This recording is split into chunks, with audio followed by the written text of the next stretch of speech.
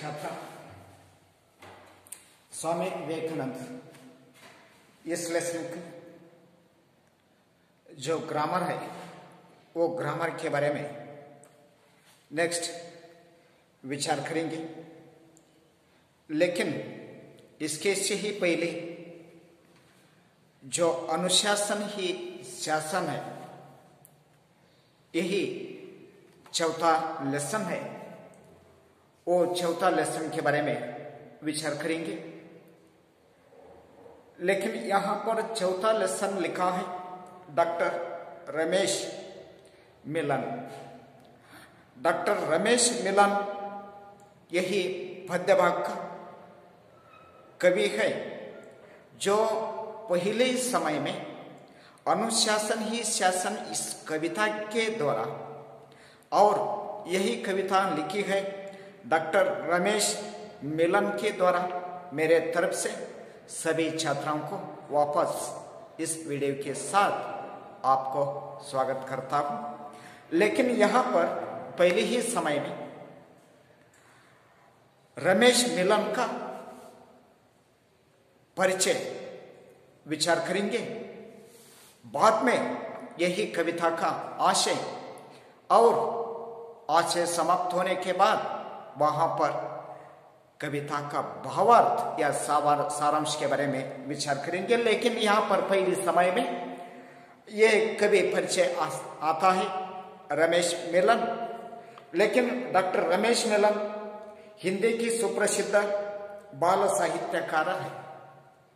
Doctor Ramesh मिलन ने हिंदी साहित्य आती है जिस तरह कन्नड़ साहित्य और अंग्रेजी और संस्कृत एक साहित्य है, उसी तरह हिंदी का एक श्रेष्ठ साहित्य है। वो हिंदी श्रेष्ठ साहित्य में उनमें से जो बाल साहित्य या प्रौढ़ों को कवन या कविता चेंज होती है और बालक रहता है, वो बालक के बारे में जो कवन या कविता अलग रहता है।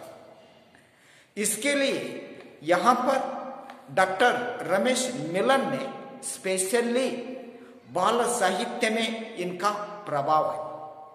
बालकों को या बाल्य जीवन में रहने वाले बच्चों के लिए कवन लिखता है या काव्य लिखती है या कहानी लिखती है या नाटक भी लिखती है। वो सभी व्यक्तियों को हमें बाल्य साहित्य में लिखने वाला व्यक्तियों जिस तरह कहा जा सकती है, उसी तरह काव्य में भी बाल्य काव्य आ जा सकती है। या बाल्य काव्य में कौन यहाँ पर काव्य लिखता है, वही व्यक्तियों को हमें बाल साहित्यकार कहा जा सकती है। इसके तरफ से यहाँ पर डॉक्टर रमेश मिलन ने बालकों के बारे में या बालिकाओं को बारे में, लेकिन सभी मिलकर ये बच्चों के लिए स्पेशली काव्य लिखती है। इसके लिए डॉक्टर रमेश मिलन का हाथ कहाँ पर है? यहाँ पर बाल साहित्य में एक व्यक्ति प्रभावीपूर्ण और प्रतिभाशाली है। उनका जन्म कहे तो यहाँ पर डॉक्टर रमेश मिलन है। वो रमेश मिलन का जन्म 7 जुलाई 1946 के ग्राम मांचट, जिला बुलंदशहर, उत्तर प्रदेश में हुआ। इनका जन्म जुलाई 7, 1946 में इनका ग्राम है मांचट। मांचट कहाँ आती है? बुलंदर जिला में आ जा सकता है। बुलंदर कहाँ आती है? उत्तर प्रदेश में। उत्तर प्रदेश में बुलंदर जिला है। वो बुलंदर जिला में मांचट एक गांव आती है। वो मांचट गांव में आपका जो कवि है डॉक्टर रमेश मिलन, वो रमेश मिलन का जुलाई 7, 1946 जुलाई 7, 1946 में इनका जन्म हो गया। उन्होंने हिंदी एवं राजनीति शास्त्र में एमए किया। लेकिन डॉक्टर रमेश मिलन ने हिंदी के उपरांत राजनीति शास्त्र और राजनीति शास्त्र में एमए की उपाधि पाली है। उनकी हास्य व्यंग्य नाटिका बात इतनी सी है का दूरदर्शन में धारावाहिक के रूप में प्रसारण हुआ है। लेकिन मैं ही पहले समय में बताया था कि यही डॉक्टर रमेश मिलन एक प्रतिष्ठित व्यक्ति है। हिंदी साहित्य में इनका भी जो नाटक है या धारावाहिक भी लिखा है, जिसके लिए इनकी हास्य व्यंग नाटिका है। हास्य भी है, व्यंग्य रूप से वो हास्य के साथ ही डॉक्टर रमेश मिलन ने लिखा है। वही हास्य व्यंग नाटिका का नाम क्या है? बात इतनी सी है। बात इतनी सी है ये ड्रामा का टाइटल है, यह नाम है। यही बात इतनी सी है जो हास्य व्यंग नाटिका है, वो हास्य व्यंग नाटिका ने दूरदर्शन में प्रसारण हो गई है। वो दूरदर्शन में धारावाहिक के रूप में इनका कहे तो यहां पर डॉक्टर रमेश मिलन का ये नाटिका है। बात इतनी सी है, वही नाटिका ने दूरदर्शन में धारावाहिक के रूप में प्रसारण हो गया। उनका कविता संग्रह सोने की मछली नाटका की बात छोड़कर यहां पर अनेक कवन या कविता या काव्य डॉक्टर रमेश मिलन ने लिखा, जिसके लिए वो सभी काव्य ने मिलजुल कर एक ही किताब में लिखी है या संग्रह किया है। ये एक ही किताब में संग्रह किया है ना, वो किताब को हम सोने की मछली नाम रख दिया है। सोने की मछली कविता संग्रह एक किताब का नाम है और एनसीईआरटी द्वारा पुरस्कृत हुई। इसके के साथ यही सोने की मछली काव्य संग्रह है। वो सोने की मछली काव्य संग्रह एनसीईआरटी और किताब जो वहां पर प्रकाशित हो जा सकता है, वही एक यूनिट है, एक संघ है। वही संघ से, वही यूनिट से, एनसीईआरटी से इनका जो सोने की मछली है वो मछली काव्य संग्रह, वो काव्य संग्रह पुरस्कृत हो गई है। इसके द्वारा उनकी अन्य प्रमुख रचनाएं मेहनत की महक, तिरखते पंख, कहानियां। इसके अलावा डॉक्टर रमेश मिलन का जो अन्य प्रमुख रचनाएं भी है, वो अन्य प्रमुख रचनाएं में मेहनत की महक और इसके साथ तिरकते पंख। तिरकते पंख क्या है? तिरकते पंख कहानियां है। सरस गीत विज्ञान के, सरस गीत ये विज्ञान की, विज्ञान कहे तो यहां पर ज्ञान के बारे में वहां पर विचार मंडन किया है। और एक चमन के फूल उपन्यास, देखिए छात्र काव्य लिखी है, नाटक लिखी है, कहानी लिखी है, उपन्यास है और विज्ञान के बारे में लिखी है। सभी जो डालियां हैं, सभी जो पंक्तियां आ जा सकता है हिंदी साहित्य में, वो सभी के बारे में यहां पर डॉक्टर रमेश मिलन ने उनका हस्त है वहां पर डाल दिया है। और प्रस्तुत कविता उनके कविता संग्रह कोकिल कंठ सलोने गीत से लिया गया है। लेकिन आपका जो कविता है वो आपकी कविता इस कहे तो अनुशासन ही शासन है, ये कविता है ना। वो कविता ने उनका दूसरा एक काव्य संग्रह है, वो दूसरा काव्य संग्रह से ही ले गई है। वो दूसरा काव्य संग्रह का नाम क्या है? यहां पर कोकिल कंठ सलोने गीत, कोकिल कंठ सलोने गीत, यही काव्य संग्रह है।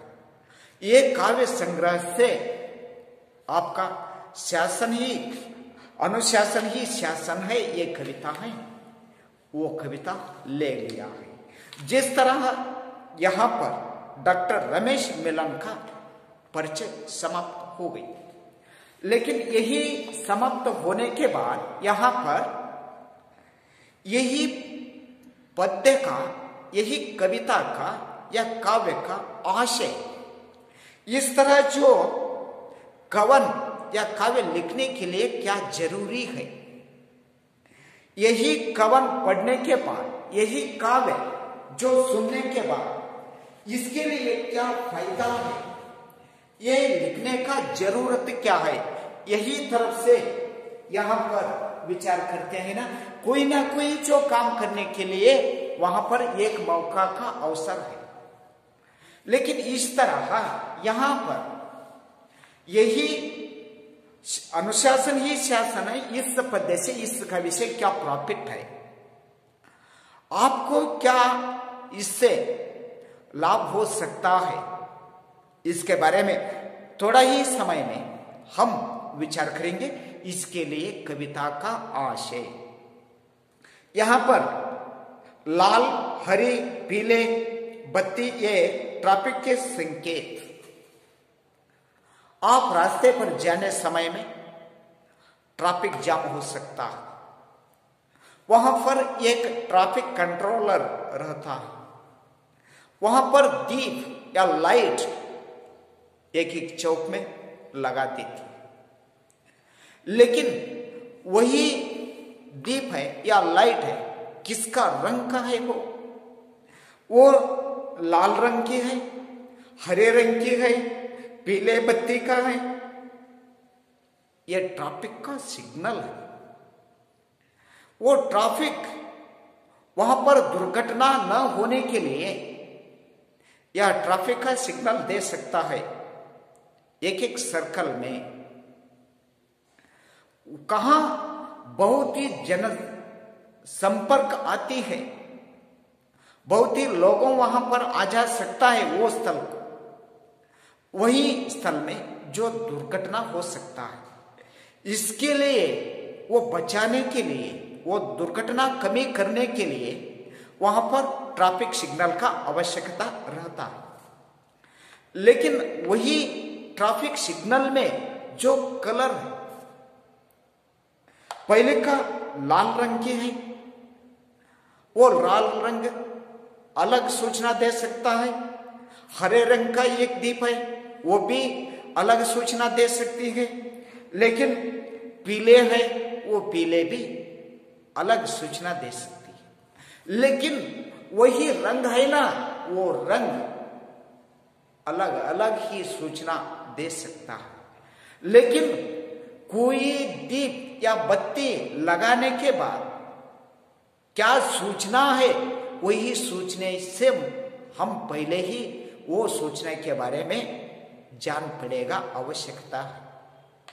इसके द्वारा चलो हरे पर, रुके लाल पर, पीले को सचेता। लेकिन यहां पर डॉक्टर रमेश मिलन ने बता सकती है कि आपको वहां पर हरी दीप लगाने तो, हरी लाइट लगाने के बाद या ग्रीन सिग्नल लगाने के बाद वो संकेत दे जा सकता है। किसके लिए संकेत देता है? वहां पर टेर हो गई है, सभी लोगों को संकेत देता है, आपको ही आगे चलने के लिए मैं अनुमति दिया है, उसी समय आप जाने के लिए प्रयास करो। वहां पर रुके का स्टॉप करो। आपका व्हीकल है, आपका वाहन है, आपका चलने का रास्ता है, वो रास्ता बंद करो, क्योंकि आगे दुर्घटना का स्थल है। उधर से वाहन, उधर से व्हीकल आ रही है, वो जाने के लिए आप ही मौका या समय आप ही दी जाए, जिसके लिए आप रुक जाओ। जिस तरह सिग्नल वहां पर लाल, वहां पर लाइट है, वो लाल दीप है, वो दीप ने बता सकती है। और पीले करे सचेत, पीले कहे तो यहां पर सचेत होना चाहिए। हमें जाने के लिए जो रेडी पोजीशन सोच रहता है ना, वो रेडी होने के लिए यहां पर पीले रंग का जो सूचना देती है। सड़क पर जिब्रा क्रॉसिंग पर, लेकिन यही सड़क पर जो जिब्रा क्रॉसिंग रहता है, जिब्रा रहे तो यहां पर पट्टा पट्टियां वहां पर डाल सकती है, लेकिन वही भी आपको एक सूचना देती है। इस पद के द्वारा कहे तो अनुशासन ही शासन है। यही पद के द्वारा विद्यार्थियों के सड़क पर पार करते समय ध्यान रखने की बात सिखाई जा सकती है। इसके लिए क्या प्रॉफिट है या क्या आशय है?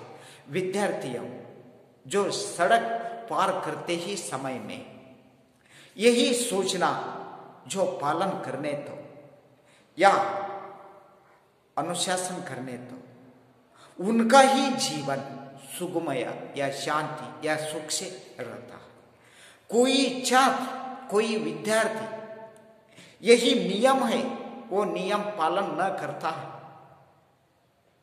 वही छात्र दुर्घटना में भाग ले सकता है। जिसके लिए पहले ही यही सूचना विद्यार्थियों को आवश्यकता है, यह बालकों को आवश्यकता है। बाल्य जीवन में ही हमें नाटते हैं, रास्ते पर हमें खेलते हैं, हमें क्या क्या भी काम वही रास्ते पर, वही रोड पर करता है, जिसके लिए वही रोड पर यही काम करने तो अच्छा न हो सकता है। हमें इधर से उधर जाने के समय में रोड पर करने का आवश्यकता वहां पर होती है, लेकिन वो रोड पार कैसे करूंगा? जिस तरह ये प्रश्न आपके मन में उठा सकती है, लेकिन वही रोड पार करने ही समय में आपका विचार ये इधर उधर से व्हीकल आ जा सकता है क्या नहीं, और वहां पर क्या ट्रैफिक सिग्नल है, वहां से व्हीकल आ रही है। जिस तरह वो सोचने के बाद तुम्हें रोड पार करने तो अच्छा हो सकता है, लेकिन उधर से व्हीकल आती है, तुम्हें रास्ते या सड़क पर इन बिटवीन तुम्हें जाती है, वो बहुत ही तेजी से व्हीकल आकर आपको डैश मारती है, वो दुर्घटना हो सकता है ना। जिसके समय जो पार करने के लिए यहां पर ये कविता बहुत ही इंपॉर्टेंट है आपके लिए। कोई छात्र यही पद्य संपूर्ण रीति से या पूर्ण से सीख जाती है, वो व्यक्ति रास्ते पर या रोड पर किस तरह चलना वही सीख जाता है। इसी तरह अनुशासन ही शासन है, यही पद्य का आशय। लेकिन यही पद्य का जो भावार्थ है, वो भावार्थ क्या है, उसके बारे में नेक्स्ट वीडियो के साथ विचार करेंगे। सभी छात्रों को धन्यवाद।